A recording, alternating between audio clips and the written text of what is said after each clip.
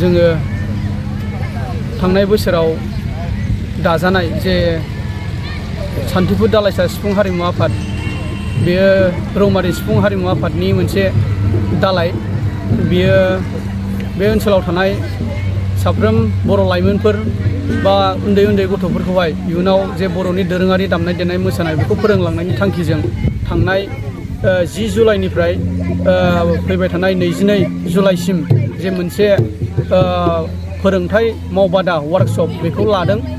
दा बे लानाया दिनै फैयै फैयै सानब्रैयानो जाबाय। दा जोङो बिनि गेजेरजों जोङो मिजिं खालामदों जे जाहाथे बेयाव सान्थिफुर ओनसोलावहाय जे गोबाव सम जे बर'नि दोरोङारि दामनाय देनाय बियो मोनसे गोमालांनाय मोनसे थासारियाव दंमोन। जोङो बेखौ बोखांफिननायनि नोजोरजों दिनै बे वार्कशपखौ खालामनाय जादों। जोङो थांनाय बोसोरनिफ्राय जागायनानै जोङो दिनै सान्थिफुर ओनसोलावहाय जोङो बागुरुम्बा मोसानो गोरों सासे नुनो थांलामोन, सिफुं सुनो गोरों सासे नुनो थांलामोन, बा जोङो सेरजा हुनो गोरों सासे नुनो थांलामोन। दा बेफोर गासैखौबो बिथा खालामनानै जोङो माब्रैबा जोंनि बे दोरोङारि दामनाय देनाय आरो दोरोङारि मोसानायखौ जोङो जोंनि बे सान्थिफुर ओनसोलाव इयुन जोलैफोरनो बा फैबाय थानाय मोनसे थासारिसिम जोङो माब्रै लांबाय थानो हायो बा फोथांनानै लाखिलांनो हायो बे नोजोरखौ लानानै जोङो बे वार्कशपखौ लानाय जादों। आरो बेयो वार्कशपल' नङा, जोङो बेयावहाय बेखौ फोथांलांबाय थानांगौनि थाखाय सान्थिफुरावहाय रौमारि सिफुं हारिमु आफादनि बानजायनायजोंहाय बा मददजोंहाय जोङो थांनाय बोसोरनि सेप्तेम्बर दानावहाय जोङो सान्थिफुर दालाइसा सिफुं हारिमु आफाद बेखौ दाफुंनानै लाबाय। आरो दिनैनि बे मावफुं बादाखौहाय बा फोरोंथाइ बादाखौहाय बे सान्थिफुर दालाइ सिफुं हारिमु आफादानो बानजायदों। बेयो रौमारि सिफुं हारिमु आफादनि मददजों। दा आङो आसा खालामदों बेवहाय गोबां मानि जोंनि सान्थिफुर ओनसोलनि दाब दाब गामिनि लाइमोनफोरा बेयाव बाहागो लादों।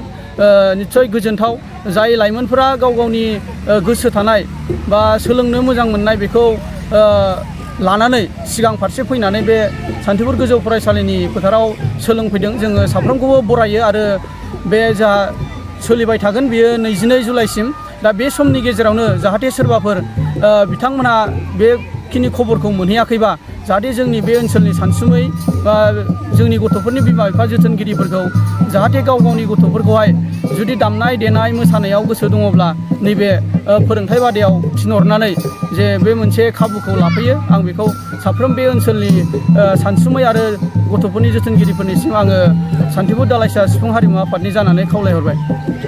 जोङो गोबां समावनो नुनो मोनो बेफोरबायदि माखासे सुबिदाफोरखौहाय नागारनानै माखासे लाइमोनफोरा गामि ओनसोलाव थानाय लाइमोनफोरा बहाबा मेला बहाबा माबा मोनसे जायगायाव बेरायहैनाय मानाय ओरैनो समखौ एंगारहरनायखौ जोङो नुनो मोनो।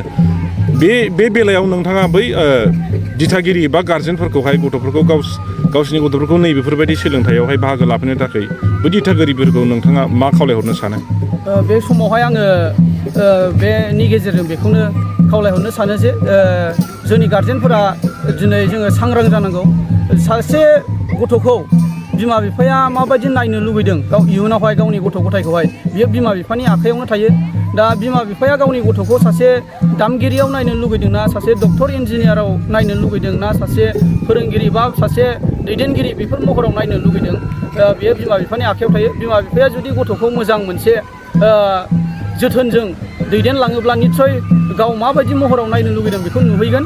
बेखायनो आं खावलायदों जोंनि गथ'फोरनोहाय जोङो प्लेटफर्म बानायनानै होनांगौ जाहाथे जोंनि गथ'फोरा बेस्थ' थायो बा सोलोंनो खाबु मोनो। जोंनि गोबां गथ'फोराहाय बेफोरबायदिखौहाय एंगारनानै जोङो नुबोबाय थादों। दिनै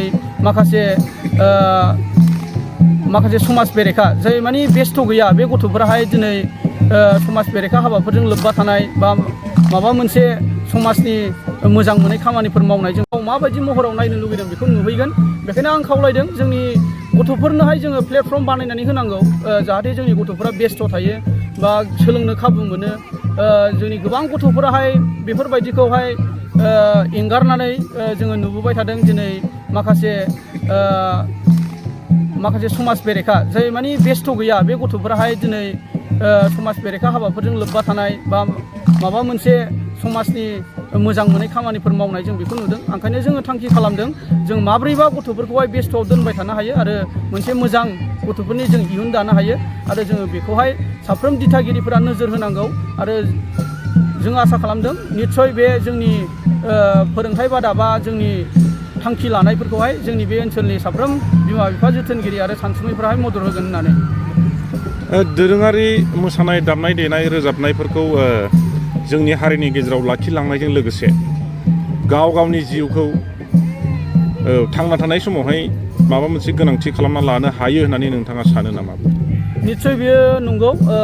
दिनै जायफोरा दिनैनि मुगाया मोनसे स्किल अरिएन्टेड जुग, बे स्किल अरिएन्टेड जुगावहाय थांनानै थानांगौबा जोङो फरायनायजों लोगोसे जिखुनु जाया मानि एक्सट्रा टेलेन्ट बा एक्सट्रा क' कारिकुलार एक्टिभिटिस बेफोराव जोङो आखा फाखा जानांगौ। बे दामनाय देनायानो जाथों, गेलेनायानो जाथों, मोसानायानो जाथों, जोङो बेखौ लांफानांगौ। आरो जोङो नुयो दिनै कलेज इउनिभारसिटि बेफोरावहाय नोङो एडमिसन नागिरोबा जायफ्रा दामनो देनो गोरों बिसोरनि थाखाय एक्सट्रा खथा थायो, जायफ्रा गेलेनो गोरों बिसोरनि थाखाय एक्सट्रा खथा थायो। थिग बेबायदिनो साख्रि बाख्रि गोबां बिथिङावनो जायफ्रा एक्सट्रा टेलेन्ट दङ क' कारिकुलार एक्टिभिटिसाव बिस्रा सार्टिफिकेट थानाय बैफोर फरायसाफोरनि थाखाय मानि मोनसे सुबिदा बा खथा होनानै थायो।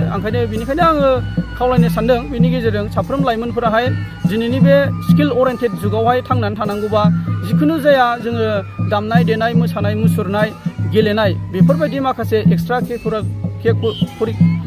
कारिकुलार एक्टिभिटिसफोरखौहाय लांफानांगौ होननानै आं सानो।